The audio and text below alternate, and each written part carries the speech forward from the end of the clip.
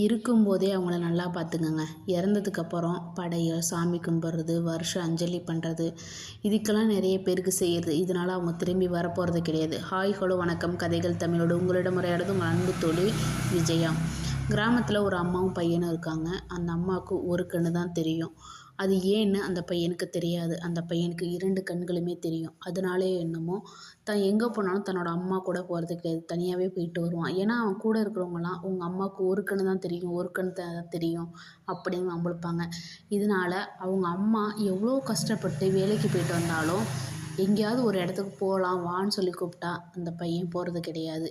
அந்த அம்மாவும் சரின்னு விட்டுட்டாங்க.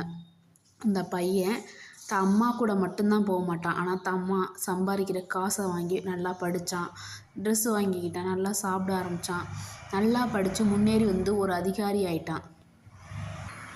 இப்போ அவனுக்குன்னு ஒரு சொந்தமாக வீடு இருக்குது, கல்யாணம் ஆகிடுச்சு. தன்னோட மனைவி கிட்ட கூட இந்த மாதிரி ஒரு அம்மா இருக்கிறத அவன் சொல்லலை. ஏன்னா அவன் கிராமத்துலேருந்து கல்லூரி படிப்புக்காக நகரத்தை நோக்கி வந்துட்டான். வந்தவன் திருப்பி அந்த கிராமத்துக்கு போகலை. அவன் இங்கே வந்து 10 வருஷம் ஆச்சு.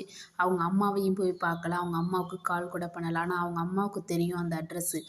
ஒரு நாள் அவனுக்கு ஒரு லெட்டர் வருது. அந்த லெட்டரில் அவங்க அம்மா எழுதியிருக்காங்க, தம்பி உன்னுடைய 6வது வயதில் அந்த விபத்து மட்டும் நடக்காமல் இருந்தால் எனக்கும் 2 கண்கள் தெரியும்.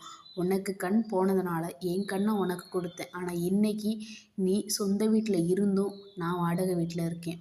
என்னை அழைச்சிட்டு போய் பார்க்குறதுக்கு கூட ஆள் இல்லை. இன்றைக்கி நான் ரொம்ப முடியாமல் இருக்கேன். இப்போ கூட உன்னை பார்க்கணுன்னு ஆசையாக இருக்குது. அது கூட உன்னால் செய்ய முடியாது. ஏன் இந்த 10 வருடமாக என் மேலே கோபமாக இருக்கு? அப்படி நான் என்ன தவறு செஞ்சேன்? என்னை மன்னிச்சிருடா. நான் தெரியாமல் தவறு செஞ்சாலும் என்னை மன்னிச்சிருடா. ஒரு தடவையாவது என்னை வந்து பாருடா. உன்னை பார்க்கணும் போல் இருக்குது, உன் கையை பிடிக்கணும் போல் இருக்குது அப்படின்னு அந்த அம்மா சொல்கிறாங்க.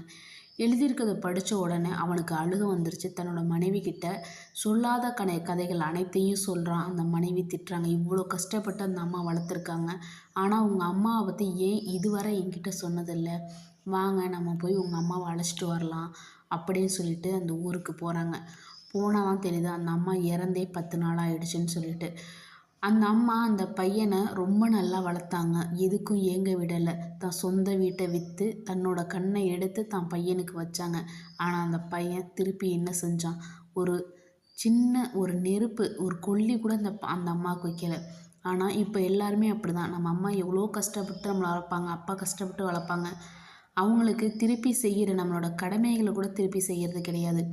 நாமளும் சின்ன குழந்தையாக இருக்கும்போது படுத்து தவழ்ந்து ஒவ்வொரு விஷயத்தையும் அவங்க பார்த்து சிரித்து வாழ்ந்தாங்க. ஆனால் இப்போ நம்ம நல்லா இருக்கும்போது மட்டும் அவங்க என்ன வருத்தப்பட போகிறாங்க? இன்னும் சந்தோஷம் தானே பட போகிறாங்க. அப்போ அவங்க கூட இல்லாமல் அவங்கள கூட வச்சு பார்த்துக்காம நம்ம என்ன தான் செய்ய போகிறோம்? இன்றைக்கி நீங்கள் அவங்களுக்கு செய்கிறீங்க, நாளைக்கு நம்ம பிள்ளைங்க நமக்கு செய்யும். அதை மறந்துடாதீங்க. இந்த கதை உங்களுக்கு பிடிச்சிருந்துச்சா? பிடிச்சிருந்தால் லைக் பண்ணுங்கள், ஷேர் பண்ணுங்கள், சப்ஸ்கிரைப் பண்ணுங்கள். மீண்டும் அடுத்த காணொளியில் சந்திக்கிறேன். பாய்.